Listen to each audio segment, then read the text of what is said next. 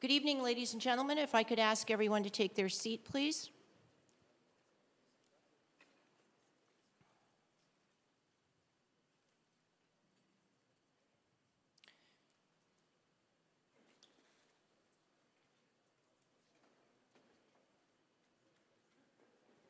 My name is Janet Brown. I'm Executive Director of the Commission on Presidential Debates, and I'd like to welcome you to the first presidential debate of 2020. There are a lot of people who have made extraordinary contributions to making this evening possible. And in a few moments, you will hear from two of our co-chairs to start the appreciation to those who have helped. Our third co-chair, Dot Ridings, is in Louisville, Kentucky tonight. Her leadership in debates goes back to 1976 and includes the presidency of the League of Women Voters. The CPD is the beneficiary of 33 years' worth of people who have been willing to put their name on our work. To all of those former presidents and chancellors of debate sites, to former moderators, to members of our Debates International Network who have set their clocks to 3 a.m. tomorrow morning to tune in live, we thank you with all our hearts. In 1987, Paul Kirk and Frank Fahrenkopf co-founded the CPD. I'd like to introduce the co-chair, Frank Fahrenkopf, and his colleague are also our co-chair, Ken Wallach, to start this part of the program.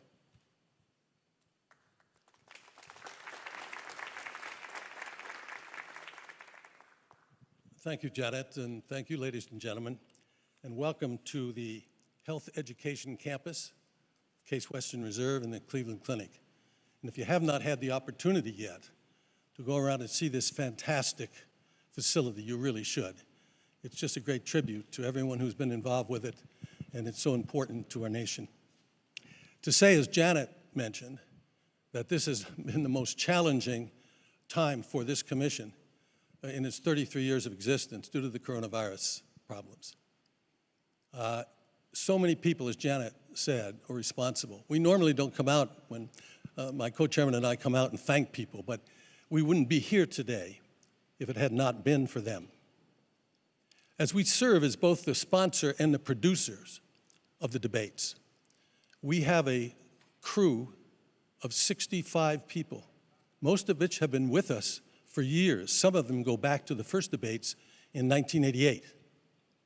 And thanks so much to United Airlines, who stepped up to the plate and graciously provided to fly our whole crew from one site to another throughout the rest of the term of these debates. So we have a great shout out for United Airlines. Anheuser-Busch has been with us for 28 years, as has the firm of Crowell and Mooring in Washington, D.C. Also special thanks to some people in the network business, in the journalism business, Pentagram, CBS News Radio, and Intercom Communications. In the hotel behind us, the Intercontinental, there's a tremendously large room, which is called the Media Filing Center. There's only, I guess, is about 700 people in there today. We usually have 3,000 to 5,000 people in the Media Filing Center. And so with the cut down that we've had to, you can look around this audience, we normally have 900 people in the audience. You people are very fortunate to have the opportunity to be here tonight. But the National Press Club in Washington, D.C. tonight is hosting a media filing center for those journalists in Washington who couldn't be here tonight. And so we're very, very thankful for that. Many of you, I see faces here I've known and been in the audience before. There will be, in the estimate of most experts, close to 120 million people watching this debate this evening.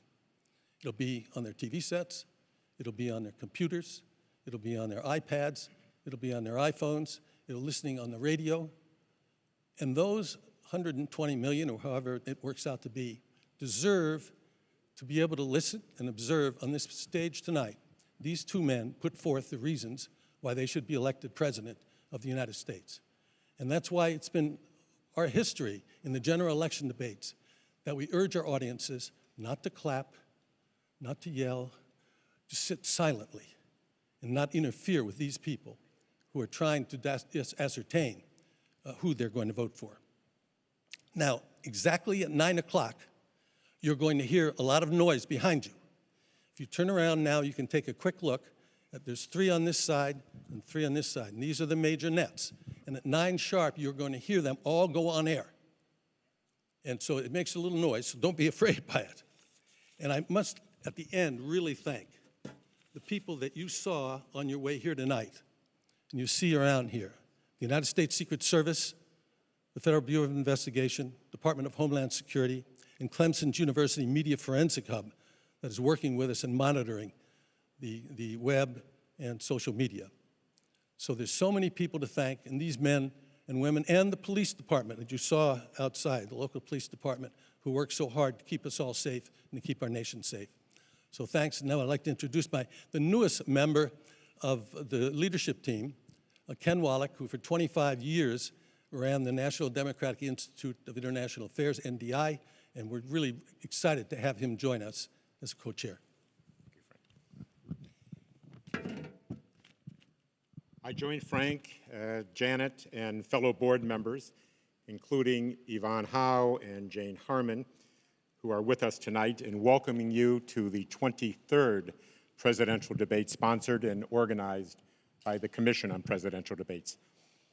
As Frank said, I'm the Commission's newest co-chair, and as the new kid on the block, I am proud to work alongside those who have been engaged in this initiative for the past 33 years.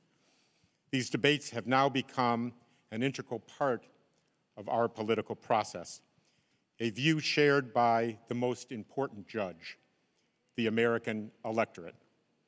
But as significant as debates have become here, they can be even more consequential overseas, where the Commission, in partnership with the National Democratic Institute, has helped organize more than 400 debates in 45 nations. In post-conflict countries and in new and emerging democracies, debates have helped level the playing field in places where only one party has ruled. They have forced discussion on policy issues, not personalities, and yes, they have promoted comity among political competitors, and that's comity with a T. And this effort has spawned the establishment of a global support network of similar debate organizations from nearly 40 countries, dubbed Debates International. Now I would call your attention to the Commission-sponsored Debate Watch 2020 and the participation by watch groups in all 50 states. From a hair salon owner in Cleveland Heights hosting 10 employees to the Atlantic Council hosting a global audience for more than 80,000.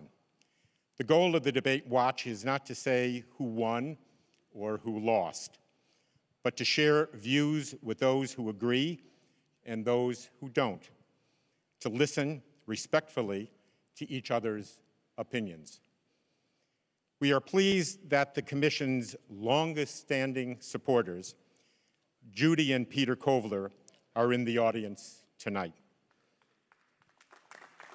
For 32 years, the Judy and Peter Blum Kovler Foundation has given its trust to the nonpartisan mission of the Commission We are deeply grateful for their belief in our work and their extraordinary contribution to the 2020 debates.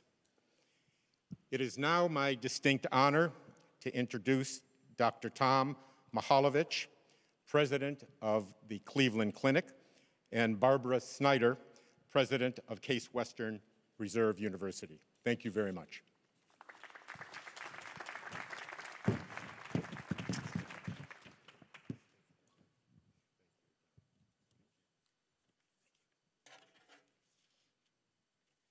Good evening. On behalf of Cleveland Clinic, it is my pleasure to welcome you to the city of Cleveland. Tonight, you join us in the beautiful Sampson Pavilion of the Health Education Campus at Cleveland Clinic. We share this campus with our partners from Case Western Reserve University. This building is very special to us. It was opened just a year ago as a place for students, medical, nursing, and dental, to begin their professional journeys by learning together as teams. At that time, as we were opening this campus, none of us could have imagined that we would soon face a worldwide pandemic. When it happened, we converted this building into a COVID-19 surge hospital. The space in which you are sitting right now had 1,000 hospital beds. We called it the Hope Hospital. Thankfully, the surge did not come in Ohio. Yet tonight, this building serves another purpose, in support of our democracy, and it is a historic occasion for us and for our city. We are proud to support the Commission on Presidential Debates as their health security advisor. We at Cleveland Clinic and our 70,000 caregivers have been serving the health needs in Cleveland since 1921, nearly 100 years. Yet, our organization and our caregivers have never shone brighter than during this pandemic. The pandemic has brought out the best of our organization and our caregivers of our city and our state. Through partnership and collaboration, we see how much we can accomplish when we work together. And we are particularly proud of our partnership with Case Western Reserve University. With that, I would like to introduce my colleague and friend, President of Case Western Reserve University, Barbara Snyder.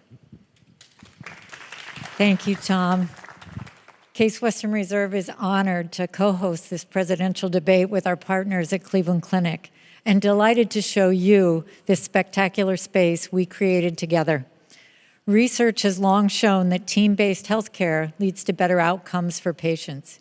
Yet nearly every academic institution continues to prepare students in separate buildings, literally in silos. Yet after spending years learning only with students from the same profession, doctors with doctors, nurses with nurses, and so on, they are suddenly expected to know how to work in teams once they get their diplomas. We knew there had to be a better way, and together we built it.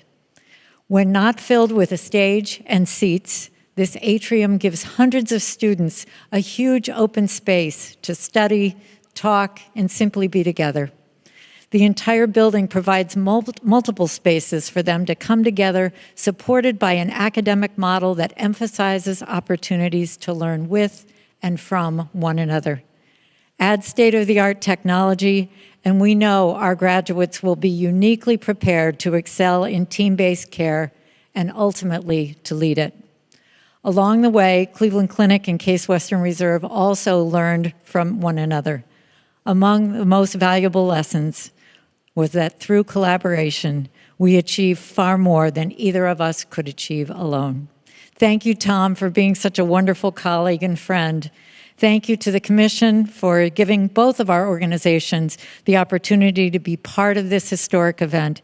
It is a true privilege to contribute to our nation's democratic process. And thank you all for watching.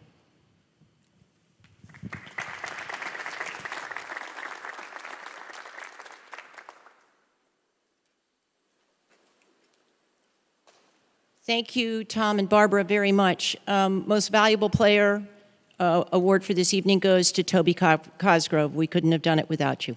Thank you. One housekeeping bit for the audience. As soon as this debate is over, if you will please remain seated, you will be shown which way to exit. And please stay where you are until that happens. I would like to now introduce Chris Wallace, the moderator of this evening's debate.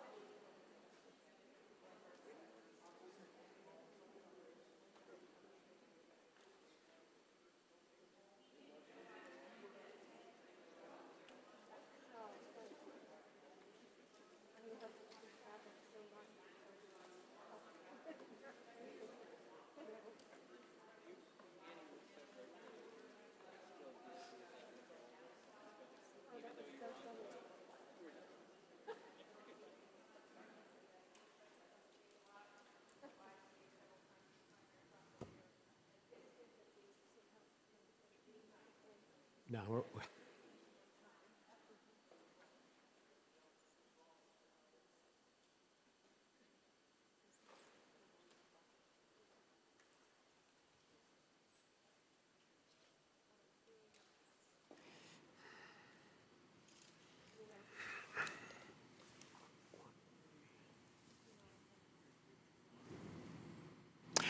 Good evening from the Health Education Campus of Case Western Reserve University and the Cleveland Clinic. I'm Chris Wallace of Fox News, and I welcome you to the first of the 2020 presidential debates between President Donald J. Trump and former Vice President Joe Biden. This debate is sponsored by the Commission on Presidential Debates. The commission has designed the format, 6 roughly 15-minute segments, with 2-minute answers from each candidate to the first question, then open discussion for the rest of each segment. Both campaigns have agreed to these rules. For the record, I decided the topics and the questions in each topic. I can assure you, none of the questions has been shared with the commission or the 2 candidates. This debate is being conducted under health and safety protocols designed by the Cleveland Clinic, which is serving as the health security advisor to the commission for all 4 debates. As a precaution, both campaigns have agreed the candidates will not shake hands at the beginning of tonight's debate. The audience here in the hall has promised to remain silent. No cheers, no boos or other interruptions, so we, and more importantly you, can focus on what the candidates have to say. No noise except right now, as we welcome the Republican nominee, President Trump, and the Democratic nominee, Vice President Biden.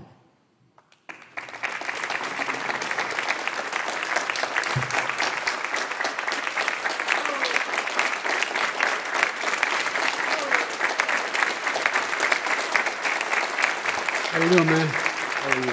I'm well.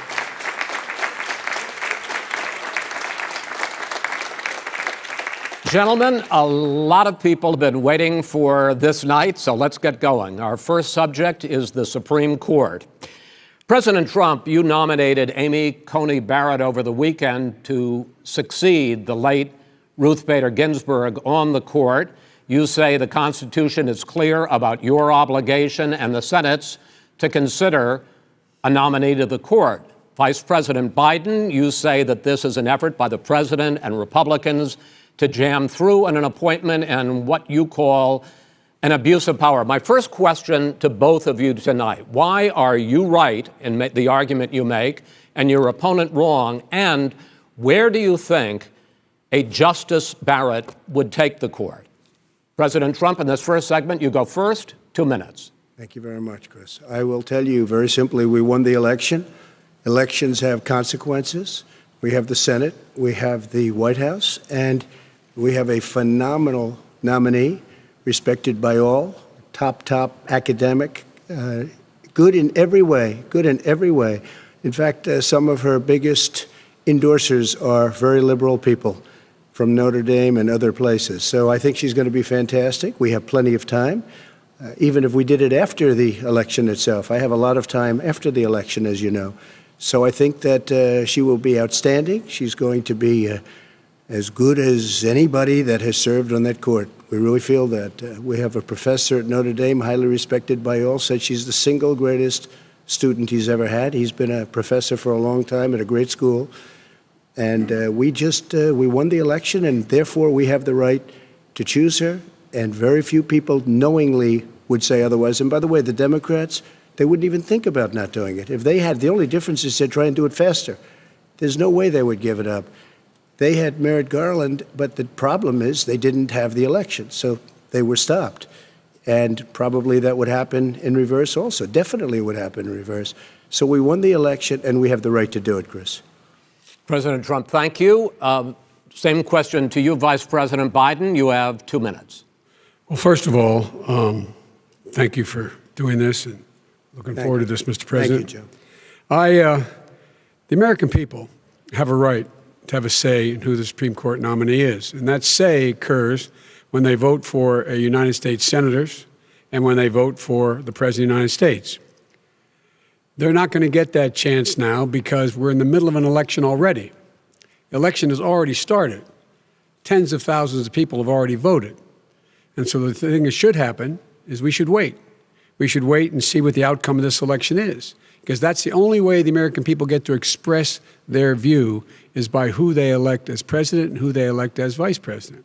Now, what's at stake here is the president's made it clear he wants to get rid of the Affordable Care Act. He's been running on that, he ran on that, and he's been governing on that. He's in the Supreme Court right now trying to get rid of the Affordable Care Act, which will strip 20 million people from having insurance, health insurance now, if it goes into court. And the justice, and I have nothing, I'm not opposed to the justice, she seems like a very fine person. But she's written before she went on the bench, which is her right, that she thinks that the Affordable Care Act is not constitutional. The other thing that's on the court, and if it's struck down, what happens? Women's rights are fundamentally changed. Once again, a woman could be pay more money because she has a pre-existing condition of pregnancy. They were able to charge a woman more for the same exact procedure a man gets. And that ended when we, in fact, passed the Affordable Care Act. And there's 100 million people who have pre-existing conditions, and they'll be taken away as well. Those pre-existing conditions, the insurance companies are going to love this. And so it's just not appropriate to do this before this election.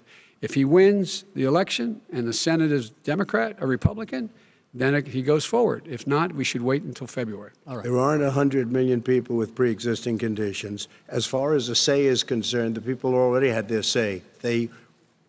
Okay, Justice Ginsburg said very powerfully, very strongly, at some point, 10 years ago or so, she said a president and the Senate is elected for a period of time, but a president's elected for 4 years. We're not elected for 3 years. I'm not elected for 3 years. So we have the Senate, we have a president. He's elected to the next during election. that period of time, we have an opening. I'm not elected for 3 years. I'm elected for 4 years. And the 100 million people, Joe, the 100 million people is totally wrong. I don't know where you got that number.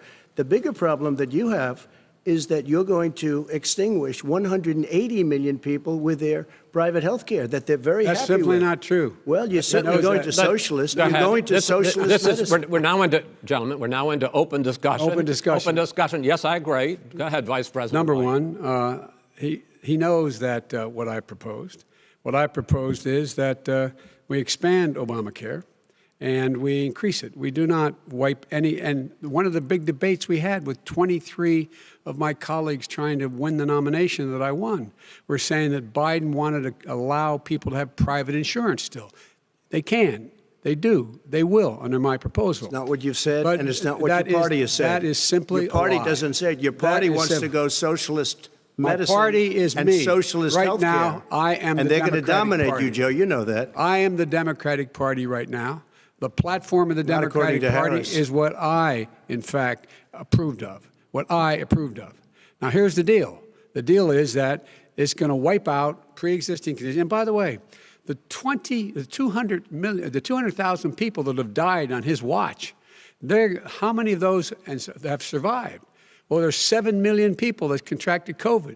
What does it mean for them going forward if you strike down the Affordable Care Act? Joe, you've had 308,000 military people dying because you couldn't provide them proper health care in the military. So don't tell me I'm about happy this. to talk about this. And if you were here, Look, it here's wouldn't the be deal. 200, it would be 2 million people because you were very late on the draw. You Late didn't on want the me to draw. ban China, which was heavily infected. You didn't want me to ban All right, gentlemen, Europe, which no, was heavily Mr. President, You would have Mr. been much President, later, Joe. Mr. President, much later. Mr. President. You're talking about 2 million people. You're not Mr. gonna be able to President, as shut the him up. moderator, we are going to talk about COVID in the next segment, but go ahead. Let me finish. The point is that the president also is opposed to Roe v. Wade. That's on the ballot as well in the court. And so that's also at stake right now. And so the election is already You don't know it's on the begun. ballot. Why is it on the ballot? Because Why is you it on the said ballot? It's not you're- on the ballot. It's on the ballot in the I court. don't think so. In the court. Well, There's nothing happening there. Donald, would you And just you don't be quiet know for a minute? her view on Roe v. Wade. You I don't don't know her know. view. Well, all right. Let's talk. We got a lot to unpack here, gentlemen. We got a lot of time. So, on health care, and then we'll come back to Roe v. Wade. All right. Mr. President, the Supreme Court will hear a case a week after the election in which the Trump administration, along with 18 state attorneys general, are seeking to overturn That's right. Obamacare, to end Obamacare. You have spent the last... Because they want to give good health care. If I may ask ahead. my question, sir. Good health care. Over the last 4 years, you have promised to repeal and replace Obamacare, but you have never in these 4 years come up with a plan, a comprehensive plan Yes, to I have. replace Obamacare. Of course I have. Well, I'll I give got you rid an of the opportunity. individual When I finish, mandate. I'm going to give you an Excuse opportunity. me. I got rid of the individual mandate, which was a That is big not a chunk of comprehensive Obamacare. plan. That is absolutely a big thing. That was That- the worst I part of didn't ask, Obamacare. sir. Chris, You're that was the debating him, worst not part me. of Obamacare. Let me ask my Well, question. I'll ask Joe. The individual mandate was the most unpopular aspect of Mr. Obamacare. I President, got rid of it. I'd like and you we to, will protect Mr. people President, with I'm the pre-existing moderator of this conditions. debate, and I would like you to let me ask my question, and then you can answer your ahead. question. You, in the course of these 4 years, have never come up with a comprehensive plan to replace Obamacare, and just this last Thursday, you signed a largely symbolic executive order to protect people with pre-existing conditions 5 days before this debate. So my question, sir, is what is the Trump health care plan? Fine. Well, first of all, I guess I'm debating you, not him, but that's okay. I'm not surprised. Let me just tell you something, that there's nothing symbolic. I'm cutting drug prices. I'm going with favored nations, which no president has the courage to do because you're going against Big Pharma. Drug prices will be coming down 80 or 90%. You could have done it during your 47-year period in government, but you didn't do it. Nobody's done it. So we're cutting health care. What about All of the pre-existing things that conditions? we've done, He has not insulin. cut health I give care. you an example. Insulin. It was destroying families, destroying people because I'm getting it for so cheap. It's like water, you want to know the truth. So cheap. Take a look at all of the drugs what we're doing, prescription drug prices. We're going to allow our governors now to go to other countries to buy drugs because When in they fact- pay just a tiny fraction. As I say, of this what is we do. open discussion. No, Let but me this ask is you about, big. you'll This be is happy, big stuff. sir. You'll be happy. I'm about to pick up on one of your points to ask the vice president, which is he points out that you would like to add a public option to Obamacare, and Yes. the argument that he makes and other Republicans make is that that is going to end private insurance. It is and not. will, if I can sorry. ask you the question, it will Not end what your party pri- says, by the way. It will end private insurance and create a government takeover of health care. It does not. It's only for those people who are so poor they qualify for Medicaid. They can get that free in most states, except governors who want to deny people who are poor Medicaid. Anyone who qualifies for Medicare would Medicaid would automatically be enrolled in the public option. The vast majority of the American people would still not be in that option, number one. Joe, you Number agreed two. with Bernie Sanders, who's I far did- left, on the manifesto, Will we you- call it. will And that manifest- gives you socialized medicine. Look, hey, Are you saying I'm you not going didn't to agree? listen to him. The fact of the matter is, I beat Bernie Sanders. Not by much. I beat him a whole hell of a lot. I'm Not here. by I'm here much. standing facing you, old buddy. Pocahontas would have left Well, 2 I days tell early. you, You would have lost every primary. All he knows how to on do Super is hurt. Tuesday. You got Look, very lucky. here's the deal. I got very lucky. I'm going to get very lucky tonight as well. And tonight I'm going to With make what? sure because With what? here's the deal. Here's the deal. The fact is that everything he's saying so far is simply a lie. I'm not here to call out his lies. Everybody knows he's a liar. But you I just agreed. want to Hey, make sure. Joe, you're the liar. I want to make sure. Graduated last in your class, not first in your class. I want to make Mr. sure. President, can you let him finish, sir? No, he doesn't know how to do that. He has, You'd be surprised. You pick You'd be surprised. the Go ahead, wrong Joe. guy, Go, the wrong Joe, night at go. the wrong time. Listen, you agreed with Here's the Bernie deal. Sanders to the The manifesto. whole idea. Now Let you're him- disavowing it. There Go ahead. is no manifesto, number Please one. let him speak, Mr. Number President. two. You just lost the left. Number two. You just lost the left. You agreed with Bernie Sanders on a plan Folks, that's absolutely folks, agreed do you have to, any and under that idea plan, what you have this clown's socialized, doing? They call it Mr. Medicare. Do you have any President. do? Socialized medicine. Mr. Well, I President, tell you what, he is not for any help for people needing health care because Bernie? because he in fact already has cost 10 million people their health care that they had from their employers because of his recession. Number one. Number two, yeah. there are 20 million people getting health care through Obamacare now that he wants to take it away. He won't ever look you in the eye and say that's what he wants to do. take it away. No, I want to give them better health care at a much lower price because and by Obamacare the way, he doesn't is know no how. good. He doesn't know how I've to do that. already fixed it. He has never I've offered already a plan. fixed it to an extent. He has never done a as single you might thing. know, but probably don't. Gentlemen, you realize if you're both speaking at the same time, and it's too expensive. let the president. Go ahead, sir. Obamacare is no good. We made it better, and I had a choice to make very early on. We took away the individual mandate. We guarantee pre-existing conditions, but took away the individual mandate. Listen, this is the way it is. And that destroyed, that they shouldn't even call it Obamacare. Then I had a choice to make. Do I let my people run it really well or badly? Yeah. If I run it badly, they'll probably blame him, but they'll blame me. But more importantly, I want to help people, okay? I said, you got to run it so well. That's what he's and I just had a meeting with them. They said, the problem is no matter how well you run Obamacare, it's a disaster. It's too expensive. Okay. Premiums are too high, and it doesn't work. So we do want to get rid of it. Chris, we want to get rid of it. I understand it, sir, but I have to give you roughly equal time. Good. Please let the vice president talk. Good. He has no plan for health care. Of course we do. Please. He sends out wishful thinking. He has executive orders that have no power. He hasn't lowered drug costs for anybody. He's been promising a health care plan since he got elected. He has none, like almost everything else he talks about. He does not have a plan. He doesn't have a plan. And the fact is, this man doesn't know what he's talking about. All right. He's I have one final question for you, Sure. Mr. Vice President. If Senate Republicans, we were talking originally about the Supreme Court here, if Senate Republicans go ahead and confirm Justice Barrett, there has been talk about ending the filibuster or even packing the court, adding to the 9 justices there. You call this a distraction by the president, but in fact, it wasn't brought up by the president. It was brought up by some of your Democratic colleagues in the Congress. So my question to you is, you have refused in the past to talk about it. Are you willing to tell the American people tonight whether or not you will support either ending the filibuster or packing the court? Whatever position I take on that, that'll become the issue. The issue is the American people should speak. You should go out and vote. You're in voting now. Vote and let your senators know how strongly you feel.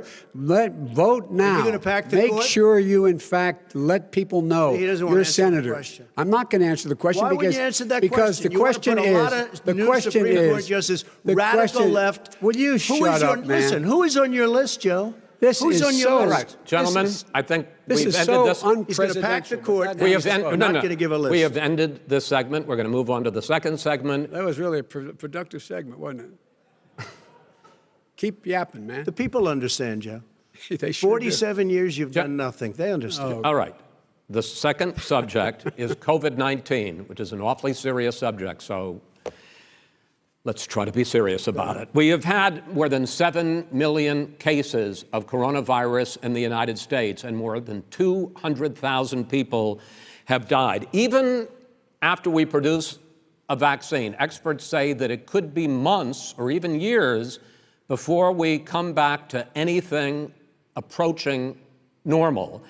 My question for both of you is, based on what you have said and done so far and what you have said you would do starting in 2021, why should the American people trust you more than your opponent to deal with this public health crisis going forward? In this case, the question goes to you first, sir. 2 minutes uninterrupted. Good luck. 200,000 dead. As you said, over 7 million infected in the United States. We, in fact, have 4% of the world's population, 20% of the deaths. 40,000 people a day are contracting COVID. In addition to that, about between 750 and 1,000 people a day are dying. When he was presented with that number, he said, it is what it is. Well, it is what it is because you are who you are. That's why it is. The president has no plan. He hasn't laid out anything. He knew all the way back in February how serious this crisis was. He knew it was a deadly disease. What did he do? He's on tape as acknowledging he knew it. He said he didn't tell us or give people a warning of it because he didn't want to panic the American people. You don't panic. He panicked. In addition to that, what did he do? He went in and we were insisting that the people we had on the ground in China should be able to go to Wuhan and determine for themselves how dangerous this was. He did not even ask Xi to do that. He told us what a great job Xi was doing. He said we owe him a debt of gratitude for being so transparent with us. And what did he do then? He then did nothing. He waited and waited and waited. He still doesn't have a plan. Wrong. I laid out Sir, back it's in his 2 March minutes. exactly it's so what we wrong. should be doing. And I laid out again in July what we should be doing. We should be providing all the protective gear possible. We should be providing the money the House has passed in order to be able to go out and get people the help they need to keep their businesses open schools. It costs a lot of money. You should get out of your bunker and get out of the sand trap and get in your golf course and go in the Oval Office and bring together the Democrats and Republicans and fund what needs to be done now to save lives. So if we would have listened to You have 2 minutes, sir. if we would have listened to you, the country would have been left wide open. Millions of people would have died, not 200,000, and one person is too much. It's China's fault. It should have never happened. They stopped it from going in, but it was China's fault. And by the way, when you talk about numbers, you don't know how many people died in China. You don't know how many people died in Russia. You don't know how many people died in India. They don't exactly give you a straight count, just so you understand. But if you look at what we've done, I closed it, and you said he's xenophobic. He's a racist, and he's xenophobic because you didn't think I should have closed our country. No, Wait sir, a minute. It's his 2 minutes. You didn't think we should have closed our country because you thought it was terrible. You wouldn't have closed it for another 2 months. By my doing it early, in fact, Dr. Fauci said, President Trump saved thousands of lives. Many of your Democrat governors said, President Trump did a phenomenal job. We worked with the governor. Oh, really? Go take a look. The governors said I did a phenomenal job. Most of them said that. In fact, people that would not be necessarily on my side said that. President Trump did a phenomenal job. We did. We got the gowns. We got the masks. We made the ventilators. You wouldn't have made ventilators. And now we're weeks away from a vaccine. We're doing therapeutics already. Fewer people are dying when they get sick. Far fewer people are dying. We've done a great job. The only thing I haven't done a good job, and that's because of the fake news. No matter what you say to them, they give you bad press on it. It's just fake news. They give you good press. They give me bad press because that's the way it is, unfortunately. But let me just tell you something. I don't care. I've gotten used to it. But I'll tell you, Joe, you could never have done the job that we did. You don't have it in your blood. You could have never done that job. I know how to do the job. I know how to get the job Well, you done. didn't do very well in swine flu. H1N1, you were a disaster. Your own chief of staff said you were a disaster. 14,000 people died, not 200,000. There was no very- economic recession. Sir, you made a Far there less was no lethal recession. disease, You made by a the way. point. Let him answer it. And there was we didn't shut down the economy. This is his economy he's shut down. The reason it's shut down is because, look, you folks at home, how many of you got up this morning and had an empty chair at the kitchen table because someone died of COVID? How many of you were in a situation where you lost your mom or dad and you couldn't even speak to them? You had a nurse holding a phone up so you could, in fact, say goodbye. You would have lost far How more many people. Far more people. And, you would have been and by the way, months late. your own, You were his months behind me, his Joe. own CDC director says we could lose as many as another 200,000 people between now and the end of the year. And he held up, he said, if we just wear a mask, we can save half those numbers. Just a mask. And by the way, in terms of the whole notion of a vaccine, we're for a vaccine, but I don't trust him at all, nor do you. I know you don't. What we trust is a scientist. You don't we trust Dr. Johnson & Fauci. Johnson, Pfizer? And Okay, by the way, gentlemen, let me move on to questions about the future because you both have touched on two of the questions I'm going to ask.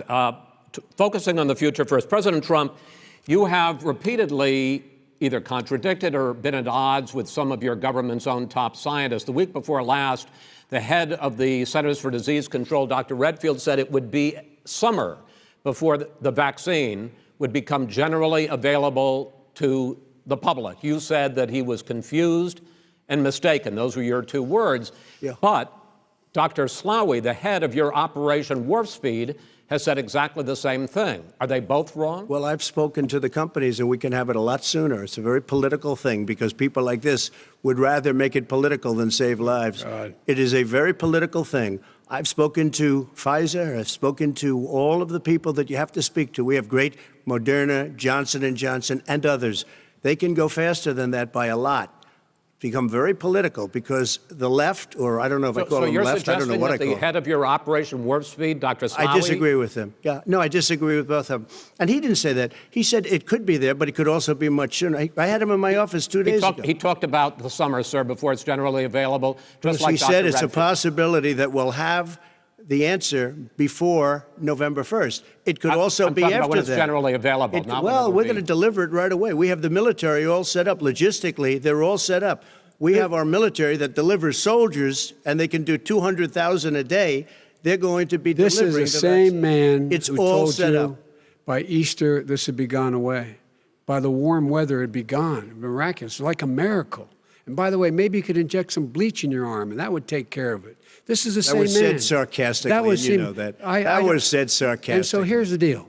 This man is talking about a vaccine. Every serious company is talking about maybe having a vaccine done by the end of the year. But the distribution of that vaccine will not occur until sometime beginning or the middle of next year to get it out, if we get the vaccine. And pray God we will. Pray God we will. Mr. Vice President, I want to pick up, though. You'll have on the that. vaccine sooner I want to than pick that. up on this question, though. You say the public can trust the scientists, but they can't trust President Trump. In fact, you said that again tonight. Your running mate, Senator Harris, goes further, saying the public health experts, quote, will be muzzled, will be suppressed. Given the fact that polls already show that people are concerned about the vaccine and are reluctant to take it, are you and your running mate, Senator Harris, contributing to that fear? No more than the question you just asked him. You pointed out.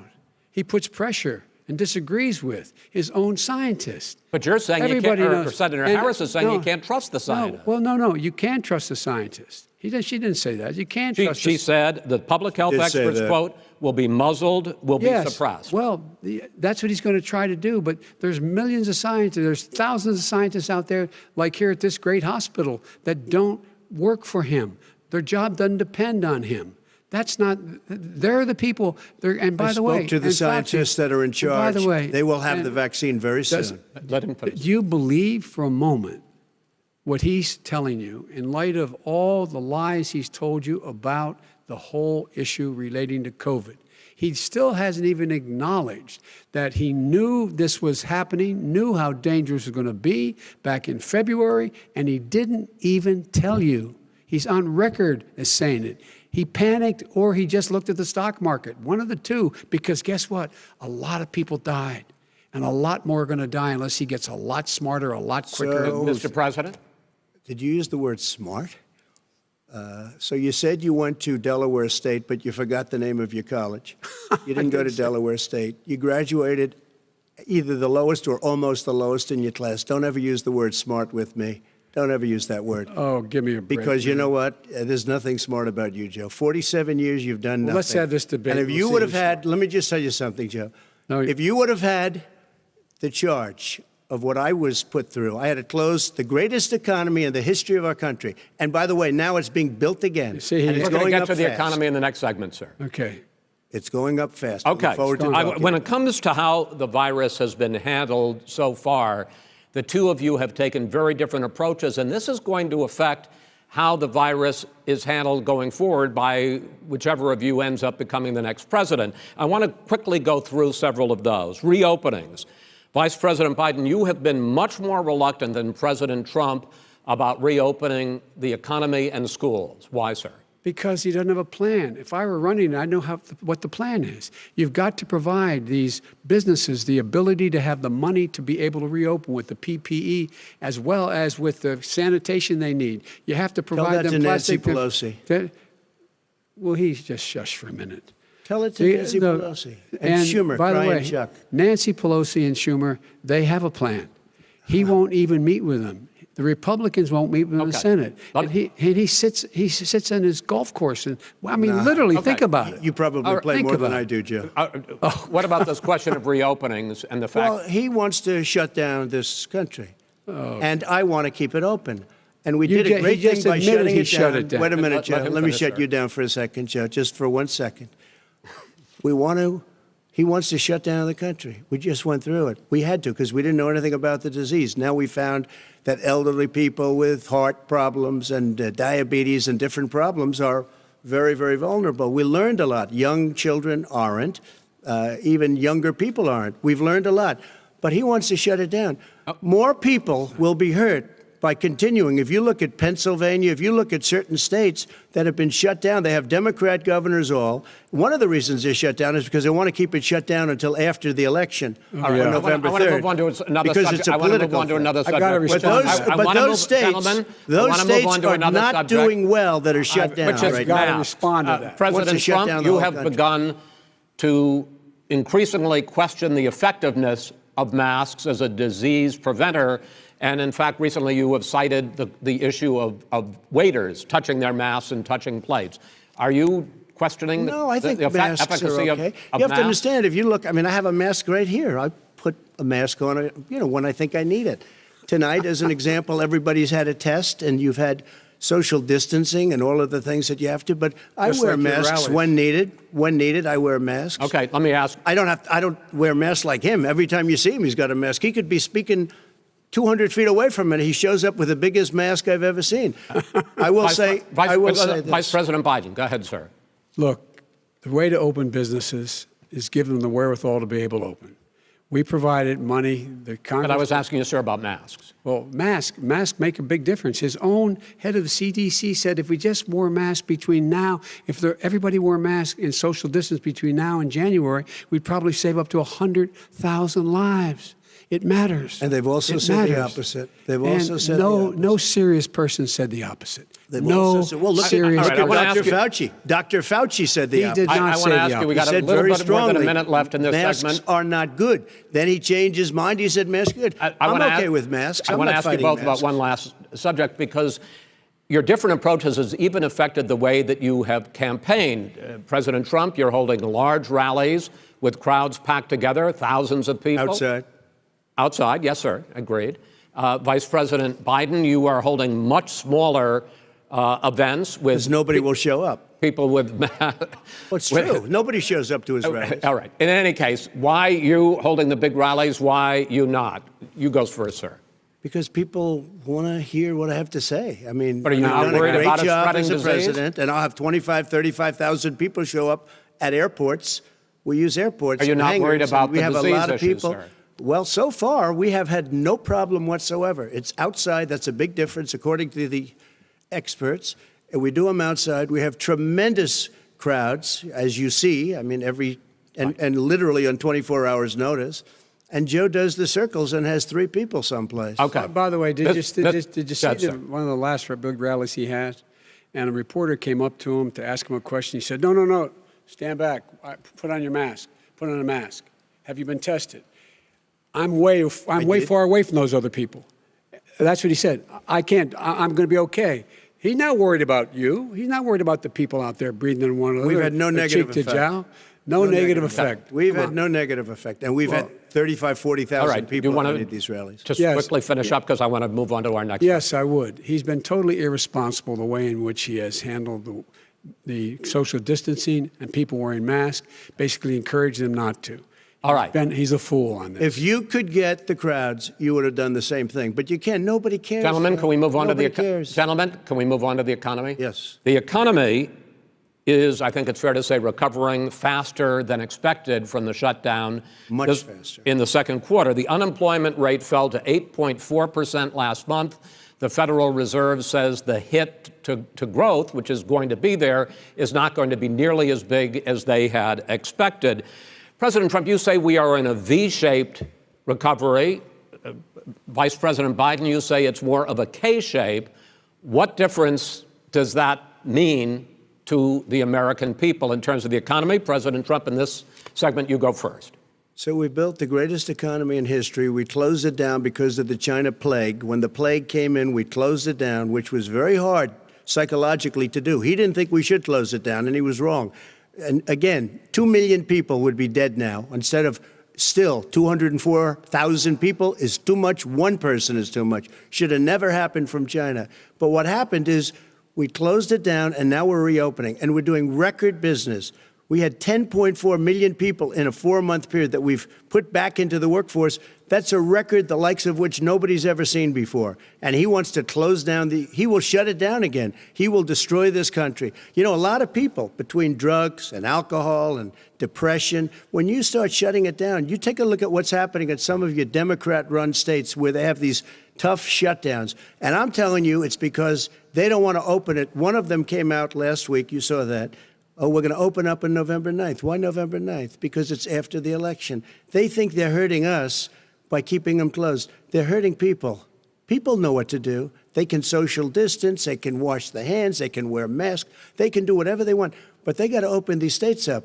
When you look at North Carolina, when you look, and these governors are under siege, Pennsylvania, Michigan, and a couple of others, you got to open these states up. It's not fair. You're talking about almost, it's like being in prison. And you look at what's going on with divorce, look at what's going on with alcoholism and drugs. It's a very, very sad thing. And he'll close down the whole country. This guy will close down the whole country and destroy our country. Our country is coming back incredibly well, setting records as it does it. We don't need somebody to come in and say, let's shut it down. All right. Your 2 minutes, sir. We're now moved to you. As I said, posing the question, the president says it's a V-shaped recovery. You say it's a K-shaped recovery. What's the difference? The difference is millionaires and billionaires like him in the middle of the COVID crisis have done very well. Billionaires have made another $300 billion because of his profligate tax proposal, and he only focused on the market. But you folks at home, you folks living in Scranton and Claymont and all the small towns and working class towns in America, how well are you doing? This guy paid a total of $750 in taxes. Sir, wait, no, sir, it's just wrong statement. Yeah, I understand. You've agreed to the 2 minutes, so please let him have it. Do I get my time back? The fact is that he has, in fact, worked on this in a way that he's going to be the first president of the United States to leave office having fewer jobs in his administration than when he became president.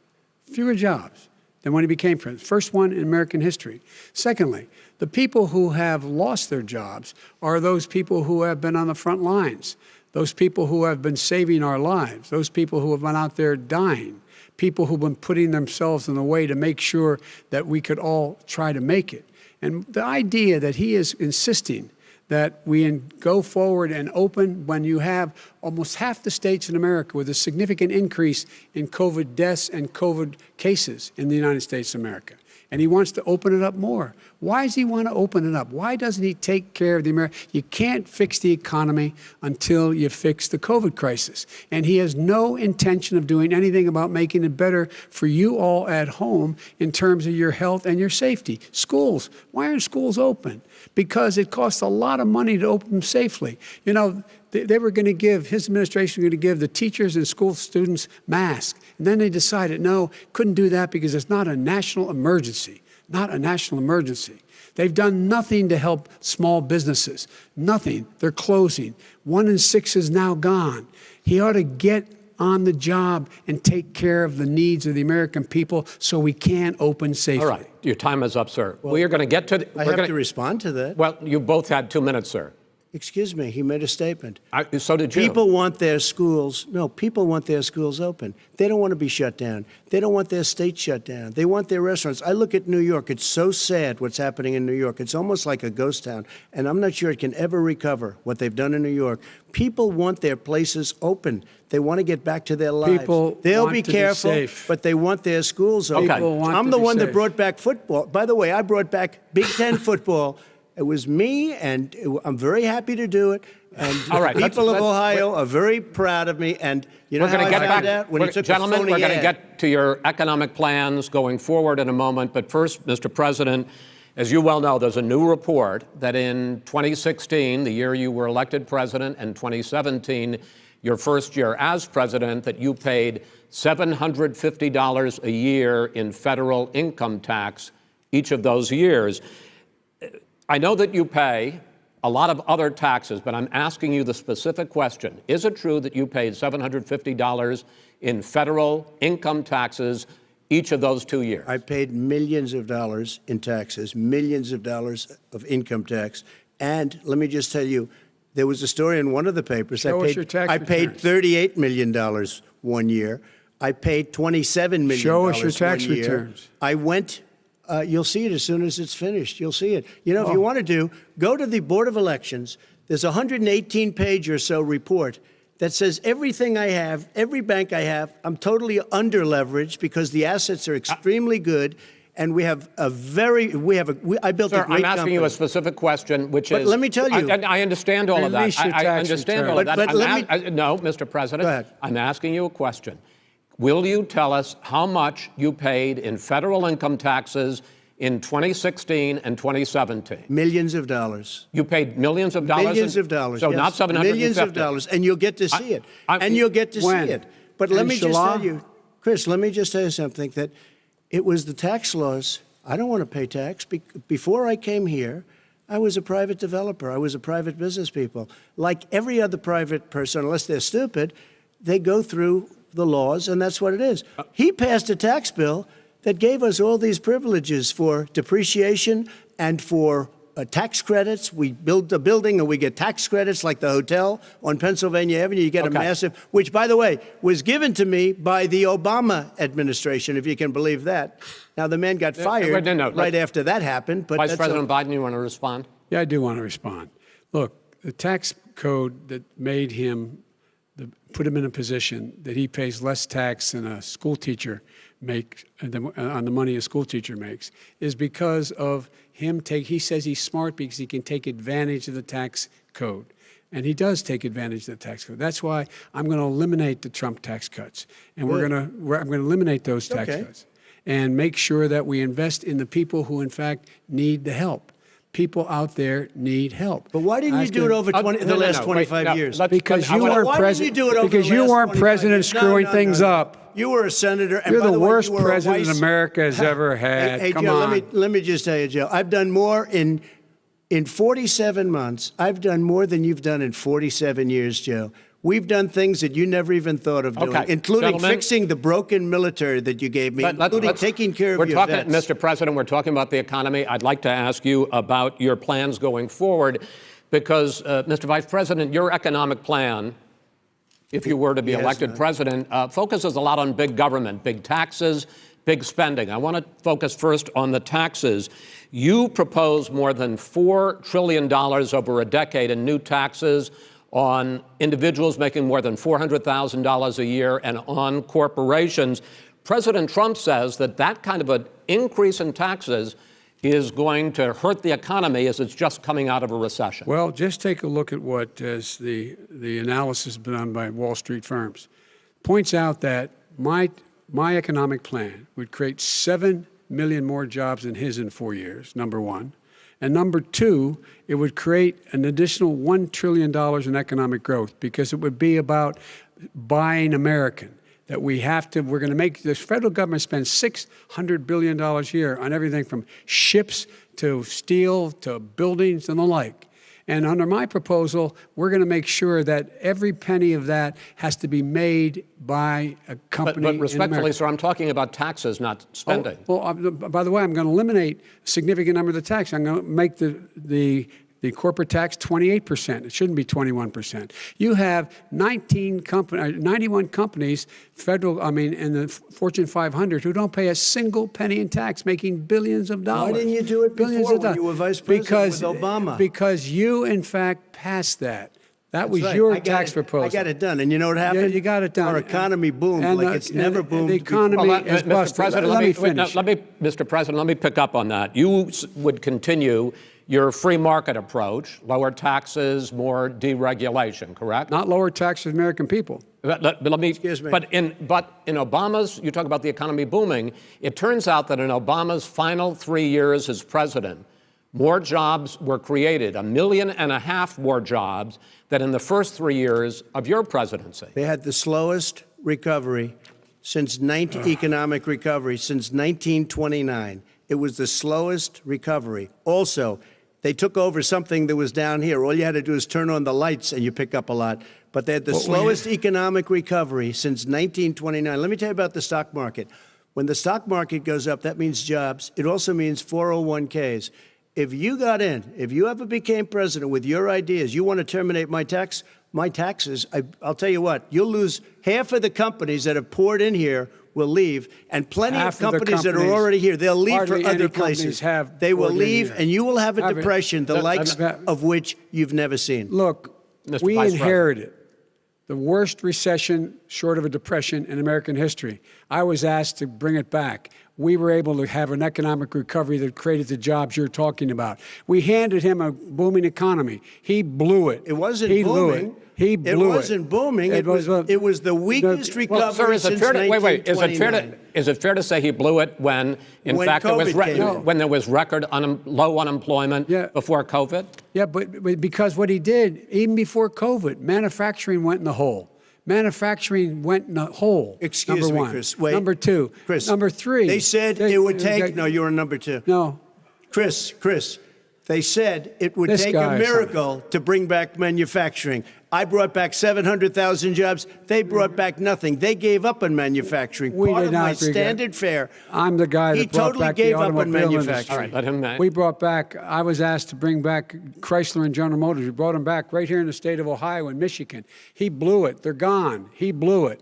And in fact, they're going. Ohio had the best year it's ever had last year. Michigan had the best year they've ever had. That is not Many true. car companies No, came in from Germany, from Japan, went to Michigan, no, went to no, Ohio. They're not having And it. they didn't come in with you. Mr. Vice President, go ahead.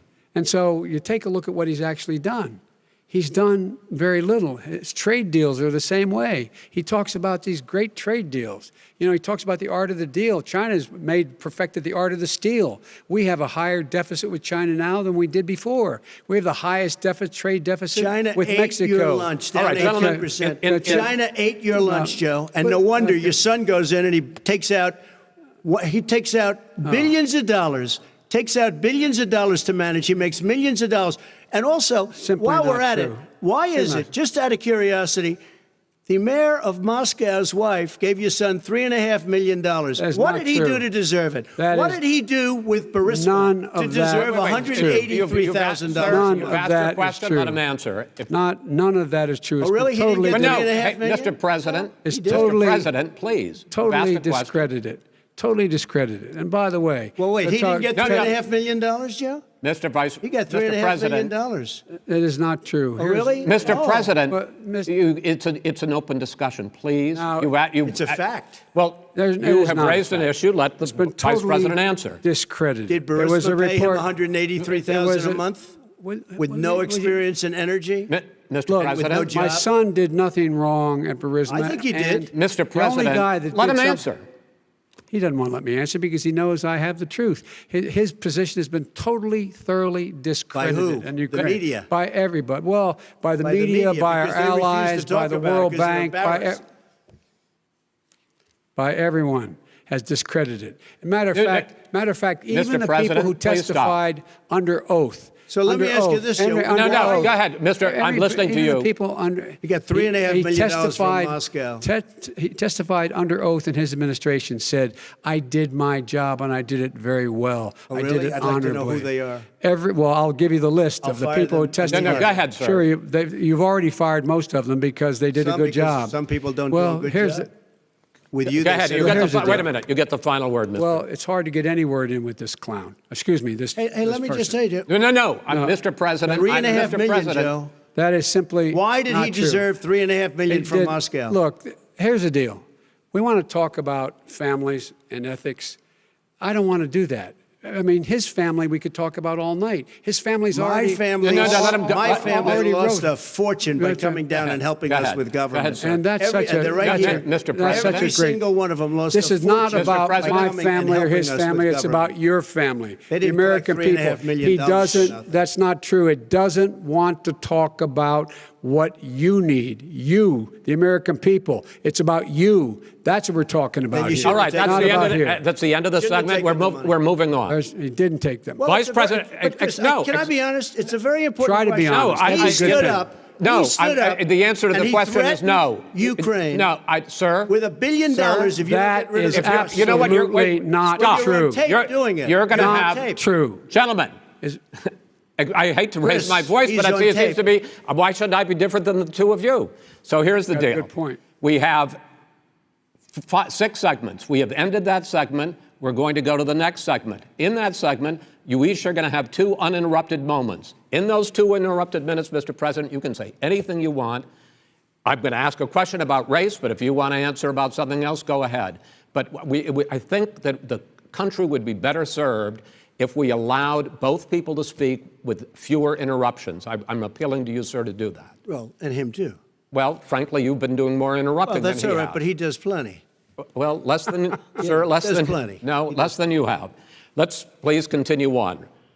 The issue of race. Vice President Biden, you say that President Trump's response to the violence in Charlottesville 3 years ago, when he talked about very fine people on both sides, was what directly led you to launch this run for president. Oh, yeah, sure.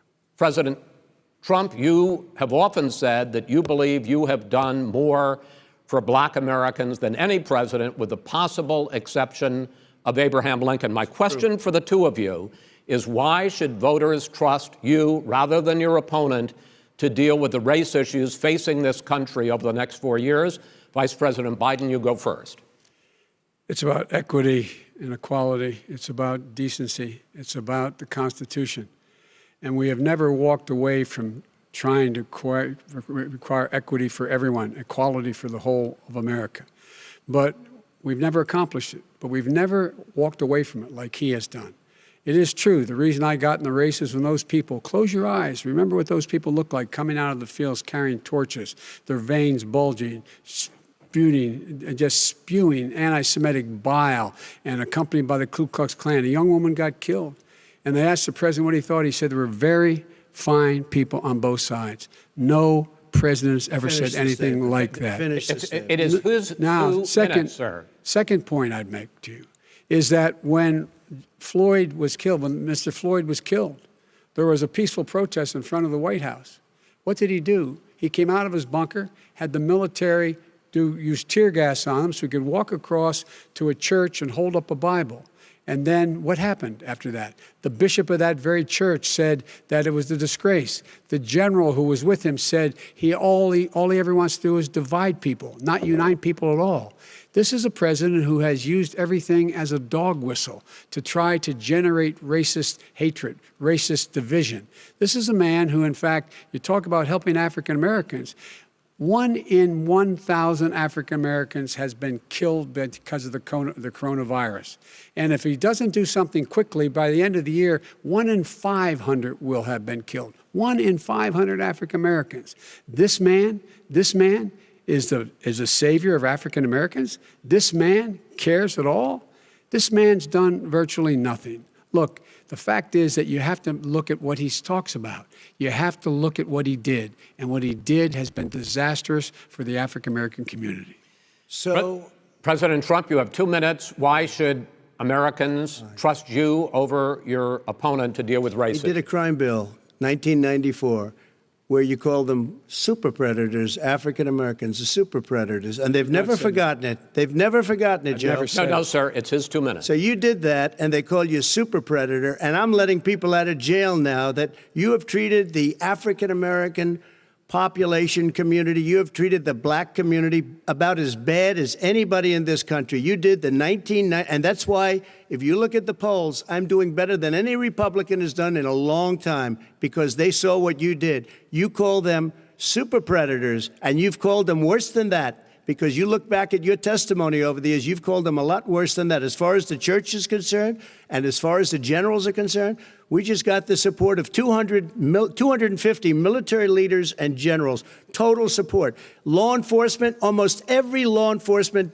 group in the United States. I have Florida, I have Texas, I have Ohio, I have Portland. The sheriff just came out today and he said, I support President Trump. I don't think you have any law enforcement. You can't even say the word law enforcement, because if you say those words, you're going to lose all of your radical left supporters. And why aren't you saying those words, Joe? Why don't you say the words law enforcement? Because you know what? If they called us in Portland, we would put out that fire in a half an hour, but they won't do it because they're run by radical left Democrats. If you look at Chicago, if you look at any place you want to look, Seattle, they heard we were coming in the following day, and they put up their hands, and we got back Seattle. Minneapolis, we got it back, Joe, because We believe in law and order, but you don't.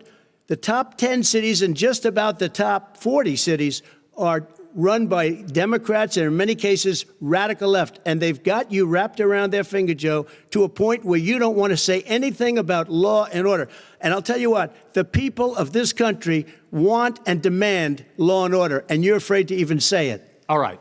I want to return to the question of race. Vice President Biden, after the grand jury in the Breonna Taylor case decided not to charge any of the police with homicide, you said it raises the question, quote, whether justice could be equally applied in America. Do you believe that there is a separate but unequal system of justice for blacks in this country? Yes, there is. There's systemic injustice in this country, in education and work and in law enforcement and the way in which it's enforced. But look, the vast majority of police officers are good, decent, honorable men and women. They risk their lives every day to take care of us. But there are some bad apples. And when they occur, when they find them, they have to be sorted out. They have to be held accountable. They have to be held accountable. And what I'm going to do as President of the United States is call together an entire group of people at the White House, well, everything from the civil rights groups to the police officers, to the police chiefs, and we're going to work this out. We're going to work this out so we change the way in which we have more transparency in when these things happen. These cops aren't happy to see what happened to George Floyd. These cops aren't happy to see what happened to Breonna Taylor. Most don't like it. But we have to have a system where people are held accountable. And by the way, violence in response is never appropriate. Never appropriate. Peaceful protest is. Violence is never appropriate. All right. What is peaceful protest? When they run through the middle of the town and burn down your stores and kill people all over the place, that and you is say not peaceful protest? President Trump, No, it's I'm not not, asking. but you say it is. President Trump, I'd like to continue with the issue of race. I please. promise we're going to get to the issue of law and order in a moment. Fine. This month, your administration directed federal agencies to end racial sensitivity training that addresses white privilege or critical race theory. Why did you decide to do that, to end racial sensitivity training? And do you believe that there is systemic racism in this country, sir? I ended it because it's racist. I ended it because a lot of people were complaining that they were asked to do things that were absolutely insane, that it was a radical revolution that was taking place in our military, in our schools, all over the place, and you know it, and so does everybody else. And he would know. What is radical about racial sensitivity training, sir? If you were a certain person, you had no status in life. It was sort of a reversal. And if you look at the people, we were paying people hundreds of thousands of dollars to teach very bad ideas and, frankly, very sick ideas. And really, they were teaching people to hate our country. And I'm not going to do that. I'm not going to allow that to happen. We have to go back to the core values of this country. They were teaching people that our country is a horrible place, it's a racist place, and they were teaching people to hate our country. And I'm not going to allow that to happen. Vice President Biden? Nobody's doing that. He's the racist. You just don't know. Here's the deal. I know a lot more about this than he does. Let him finish. The fact is that there is racial insensitivity. People have to be made aware of what other people feel like, what insults them, what is demeaning to them. It's important that people know they don't want to. Many people don't want to hurt other people's feelings, but it makes a big difference. It makes a gigantic difference in the way a child is able to grow up and have a sense of self-esteem. It's a little bit like how this guy and his friends look down on so many people. They look down their nose on people like Irish Catholics like me and grew up in Scranton. They look down on people who don't have money. They look down on people who are of a different faith. They look down on people who are a different color. In fact, we're all Americans. The only way we're going to bring this country together is bring everybody together. There's nothing we cannot do if we do it together. We can take this on and we can defeat racism in America. President Trump, sir. During the Obama-Biden administration, there was tremendous division.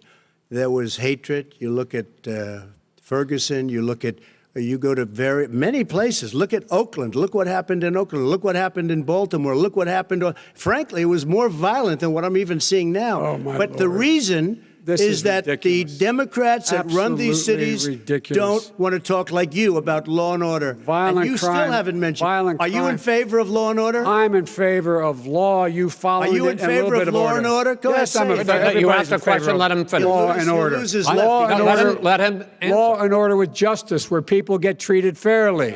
And the fact of the matter is, violent crime went down 17%, 15% in our administration. All right. It's gone up on his watch. Went down much more in ours. All right, What we're happened? now. is You're, president of Mr. the President, United you're going States to. of America. We were Mr. President, breaking every you're- record in the Mr. book. President, you're going to be very happy because And we're now going to excuse talk me, about law and order. Places we had trouble were Democratic-run cities. That's and exactly so- my question. Democratic- There has been a dramatic increase in homicides in America this summer, particularly, and you often blame that on Democratic mayors and Democratic governors, but in fact, there have been equivalent spikes in Republican-led cities like Tulsa and Fort Worth. So the question is this really a party issue? I think it's a party issue. You can bring in a couple of examples, but if you look at Chicago, what's going on in Chicago, where 53 people were shot and 8 died, shot. If you look at New York, where it's going up like nobody's ever seen anything, the numbers are going up 100, 150, 200%. Crime. Republican It is cities. crazy what's going on. And he doesn't want to say law and order because he can't, because he'll lose his radical left supporters. And once he does that, it's over with. But if he ever got to run this country and they ran it the way he would want to run it, we would have We would our run it suburbs the would be way- gone. By the Suburbs. way, our suburbs would be gone, and you would see problems like you've He never would seen. know a before. suburb unless he took a wrong turn. Oh, I know suburbs He would not. so much I was better. raised, Go ahead. I was, Wait a minute. I was So much raised in the suburbs. This is not 1950. All these dog whistles and racism don't work anymore. Suburbs are by and large integrated. There's many people today driving their kids to soccer practice and or to black and white and Hispanic in the same car as there have been any time in the past. What really is a threat to the suburbs and their safety is his failure to deal with COVID. They're dying in the suburbs. His failure to deal with the environment. They're being flooded. They're being burned out because his refusal to do anything. That's why the suburbs are in trouble. I do want to talk about this issue of law and order, though. And in the joint recommendation that came from the Biden-Bernie Sanders task force, you talked about, quote, reimagining policing. Yeah. First of all, what does reimagining policing mean, and do you support? It means. Let me, if I might finish the question. What does reimagining policing mean, and do you support the Black Lives Matter call for community control of policing? Look, what I support is the police having the opportunity to deal with the problems they face. And I'm totally opposed to defunding the police officers. As a matter of fact, local police, the only one defunding it, his budget calls for a $400 million cut in local law enforcement assistance. They need more assistance. They need, when they show up for a 9/11 call, to have someone with them as a psychologist or psychiatrist to keep them from having to use force and be able to talk people down.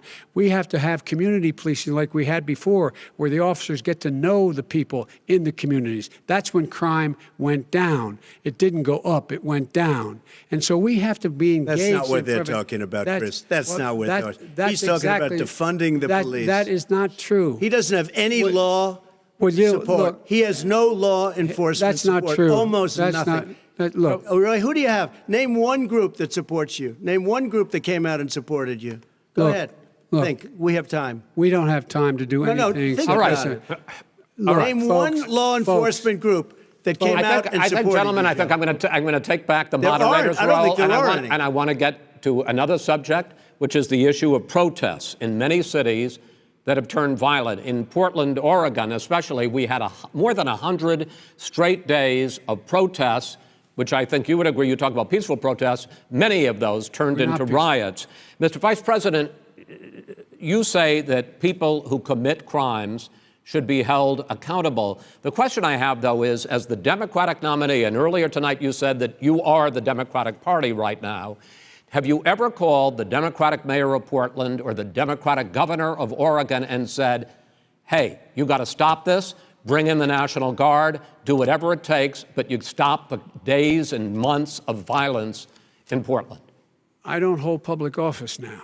I am a former vice president. I've made it clear in my public statements that the violence should be prosecuted. It should be prosecuted, and anyone who commits it But should you've be never called prosecuted. for the people, He's never the said leader. that. Excuse me, sir.